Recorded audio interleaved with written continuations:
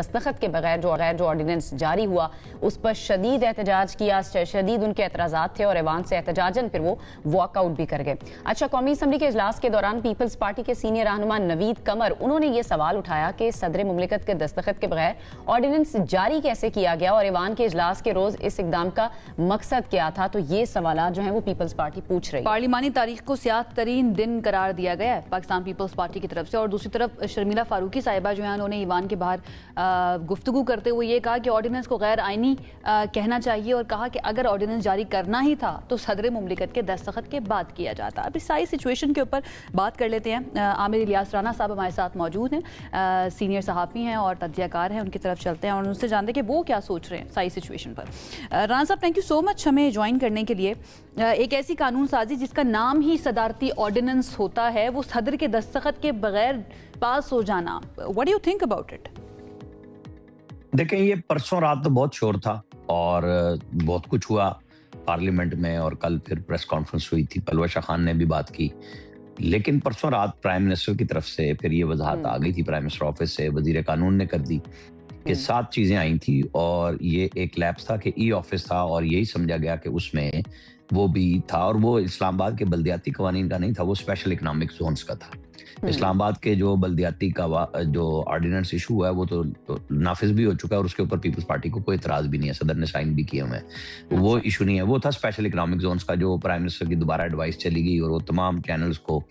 परसों रात ही फराम कर दी गई थी कि वापस ले लिया गया कि गलती है, और फिर लॉ मिनिस्टर ने कहा कि हम इसे अब कानून के तौर पे पार्लियामेंट के जरिए पास करा लेंगे, क्योंकि अगर सेशन ना हो तो जाहिर है गवर्नमेंट ऑर्डिनेंस लाती है और लेके आती है, और ये सारी गवर्नमेंट्स अपोजिशन में जब होते हैं ये लोग तो कहते हैं कि नहीं लाने चाहिए और हुकूमत में हो तो ऑर्डिनेंस सब लेके आते हैं। तो वो जो शोर शराबा था, सेशन तो चल ही रहा था, सेशन के चलते हुए इसका लेकर आना नहीं, वो तो उनका ख्याल था ना, वो डेट की कॉल करने का और उसकी टाइमिंग को देखा जाता है कि वो एक्चुअली पहले सदर के पास से आ गई थी चीजें, जो फिर प्राइम मिनिस्टर ऑफिस ने कहा दिया कि ये गलती हुई है कि ई ऑफिस में चूंकि आती हैं सारी इलेक्ट्रॉनिक मेल्स पे ही चल रहा है ना सारा काम आजकल वफाकी हुकूमत का, तो उसमें गलती हुई और उन्होंने फिर एडवाइस पब्लिक भी कर दी कि हमने वापस ले लिया ताकि इत्तेहादी पार्टी के साथ हमारा मसला न बने, वरना वो दोबारा भी एडवाइस भेज सकते थे। सदर पाकिस्तान के पास देखें आइन के आर्टिकल 48 के तहत सिर्फ 2 इख्तियारात हैं कि कानून बने, कुछ एडवाइस जाए, कोई लॉ बनता है या ऑर्डिनेंस जाता है तो वो सदर उस पे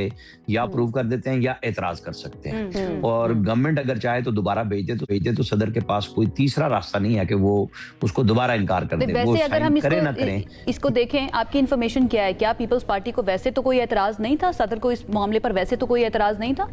कि उन्होंने जानबूझकर दस्तखत कल आपने देखा है, कल कोई मसला था, कल कोई पार्लियामेंट में मसला था, वो खत्म हो गया परसों रात ही और सबने मान ली बात, सबने बात कर ली, गुस्से का भी इजहार कर लिया। और जब गवर्नमेंट ने अड़ी नहीं ना, गवर्नमेंट ने ये नहीं कहा कि नहीं हम करेंगे, तो उन्होंने ये भी कहा कि हम कर सकते थे, हम दोबारा भी एडवाइस भिजवा सकते थे, हमने नहीं भिजवाई, लेकिन हम अपने साथ लेके लोगों को चलना चाहते हैं, इसलिए पीपल्स पार्टी के लिए एहतराम में हमने उसको खत्म कर दिया है कि अब हम पार्लियामेंट के अंदर बिल लेके आएंगे इसको और उसमें पास कराएंगे। वो अब डाई डाउन हो गया काम, बस वो आपके और मेरे लिए था, वो कल तक इशू था, कल जब सेशन में पीपल्स पार्टी आ गई तो फिर वो बात खत्म हो चुकी थी।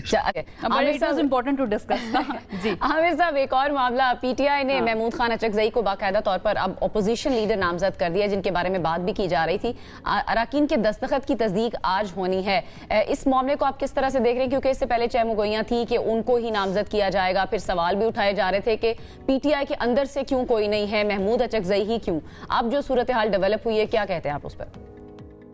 देखिए, इमरान खान का फैसला है ना, तो पीटीआई का अपना इस सेंस में कि जो जाहिर के लीडर वही हैं, वही फैसले करते हैं और उन्हें मुशावरत की भी जरूरत नहीं है। तो उन्होंने राजा नासिर अब्बास साहब का सेनेट के लिए और इसके लिए किया, उन्होंने देख लिया कि अपनी पार्टी के तिलों में तेल नहीं है, तो वो जो उसके बाद उमर अयूब के बाद, और उमर अयूब या तो अपोजिशन लीडर के तौर पे कोई ऐसी तहरीक चला लेते कि उससे इमरान खान को फायदा होता है, इमरान खान को तो कोई फायदा ना हुआ, वो सख्त तकरीरें करके खुश करते रहे। अब वो लेके आए हैं कि शायद कोई महमूद खान अचकजई ऐसा काम कर जाए, लेकिन महमूद खान अचकजई के बारे में भी खबर आ गई कि वो भी सोशल मीडिया के प्रेशर में आ गए हैं कि मैं प्राइम मिनिस्टर से नहीं मिलूंगा। हालांकि अब अपोजिशन लीडर जब वो नामजद हो जाएंगे फिर भी उस हैसियत में भी मिलेंगे, सलाम दुआ भी होगी,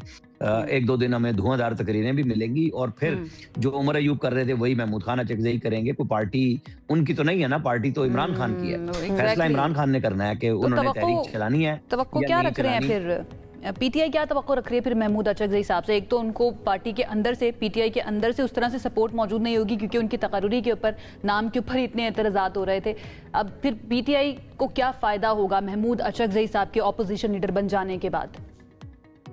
देखिए, जो बात थी ना स्टार्ट में कि हम बात करना चाहते हैं, प्राइम मिनिस्टर ने भी कहा कि बगैर शर्त के, बगैर ब्लैकमेलिंग के हम करेंगे। लेकिन फिर महमूद खान अचकज़ई ने ट्वीट किया कि नहीं, पहले हुकूमत छोड़ो और फलां करो और हुकूमत वापस करो। तो उसके बाद तो वो बात वही नजर आ रही है कि ख्याल ये था कि महमूद खान अचकज़ई खुले दिल के साथ गवर्नमेंट के साथ बजरिया स्पीकर बैठेंगे और इमरान खान की रिहाई या मुलाकात से पहले कुछ बुनियादी नुकात तय करा लेंगे कि किस हद तक जाना है। लेकिन वो तो बुनियादी शर्तों पे आ चुके हुए हैं, तो मुज़ाकरात का जो मैं आज भी कहता हूं कि होने चाहिए और इम्कान मौजूद है कि चल सकेंगे, और ज़ाहिर है इसके बगैर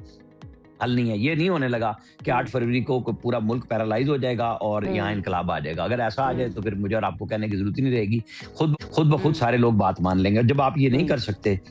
लाहौर में आपके साथ कितने लोग निकले, सारी दुनिया ने देख लिया, नहीं निकले। तो लाहौर अगर नहीं है आपके साथ, पंजाब में आप उसको कहें जबर है, सख्ती है, लेकिन जब लोग सामने आते हैं तो कोई छुपते तो नहीं। कराची में अगर लोग आए हैं तो किसी ने इनकार किया कि वो नहीं आए? तो अगर वही लाहौर में लोग नहीं आए तो वो भी दुनिया ने देख लिया कि अकेले फिरते रहे। वहां सुहेल अफरीदी इंतजामी सख्ती कह लें, कुछ कह लें, वो तो उन्होंने पीपल्स पार्टी के ऊपर भी डाल दी। जिन्होंने अजरक भी पहनाई, जिन्होंने टोपी भी पहनाई, आपने उनकी कौन सी इज्जत अखलाकी तौर पर ही रख ली, सियासी तौर पर रख ली, आप उन्हीं के ऊपर चढ़ बैठे। तो आपको पंजाब मकबूजा था, आपके ख्याल में आप उसे फतह करने गए थे, उन्होंने नहीं फतह करने दिया। कराची वालों ने आपके लिए खंदा पेशानी से, खुले दिल से आपका इस्तकबाल किया, आपने उनके साथ भी वही सलूक किया, कराची प्रेस क्लब में भी वही किया। तो अब जब ये मुज़ाकरात की बात जब तक शुरू नहीं होगी पार्लियामेंट के जरिए,